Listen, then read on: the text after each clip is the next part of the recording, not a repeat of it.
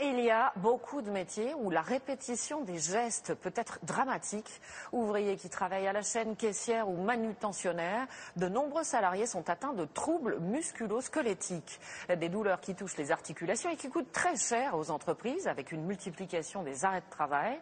Alors certaines sociétés ont mis en place des initiatives originales comme des cours de sport ou des massages. Et au final, c'est bénéfique pour tout le monde. C'est le dossier du Trésor. Il est signé Perrine Bonnet et François Chevret. La main qui attrape du léger au plus lourd. Par exemple, voilà, les choses lourdes comme ça. Voilà. Le poignet qui force. Les bras qui portent, tout en tension. Et le dos plié en deux. 7 heures par jour, les salariés de ce supermarché mettent leur corps à rude épreuve. Mais une fois par semaine, il y a aussi ça. D'autres mains qui travaillent pour les soulager cette fois. Un quart d'heure de massage, offert depuis 7 ans par la direction. Parfois, on détecte qu'il y a beaucoup de tension. Quand on travaille en rayon le matin, donc déjà on porte beaucoup.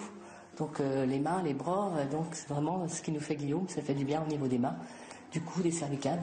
Dans la salle de repos du supermarché, c'est le défilé des bobos du boulot.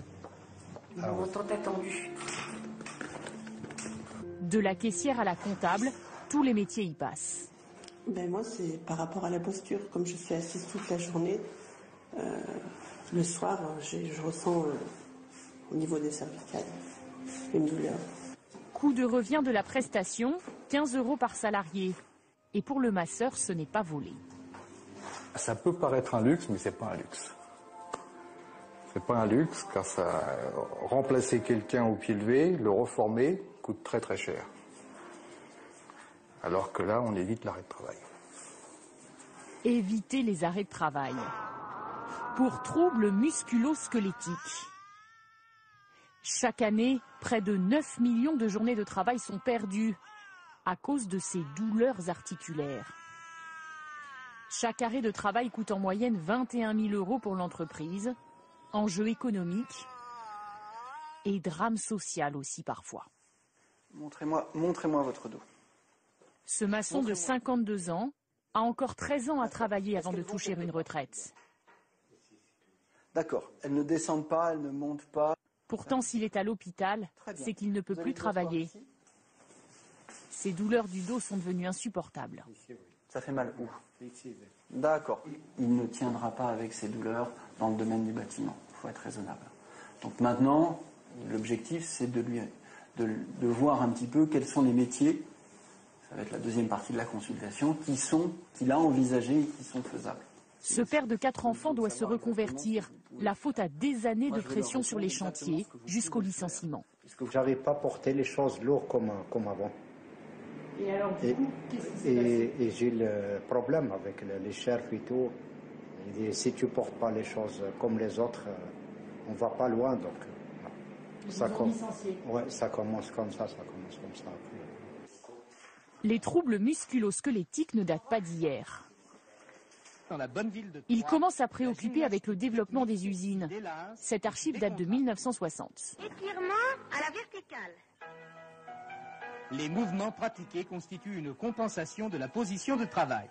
On propose alors aux ouvrières un remède tout en grâce qui, 54 ans plus tard, est remis au goût du jour.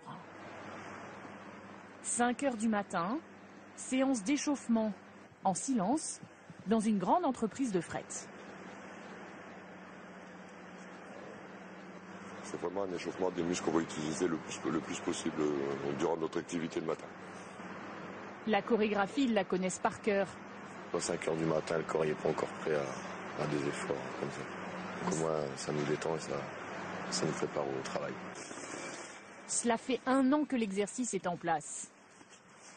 L'entreprise a aussi investi dans des marchepieds, des tapis roulants pour limiter les efforts et des ceintures de maintien.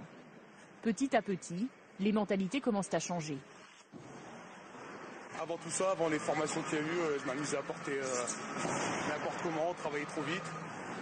10% des salariés déposaient ici un arrêt de travail chaque année. La lutte active contre les troubles musculo-squelettiques a permis de réduire ce chiffre de moitié.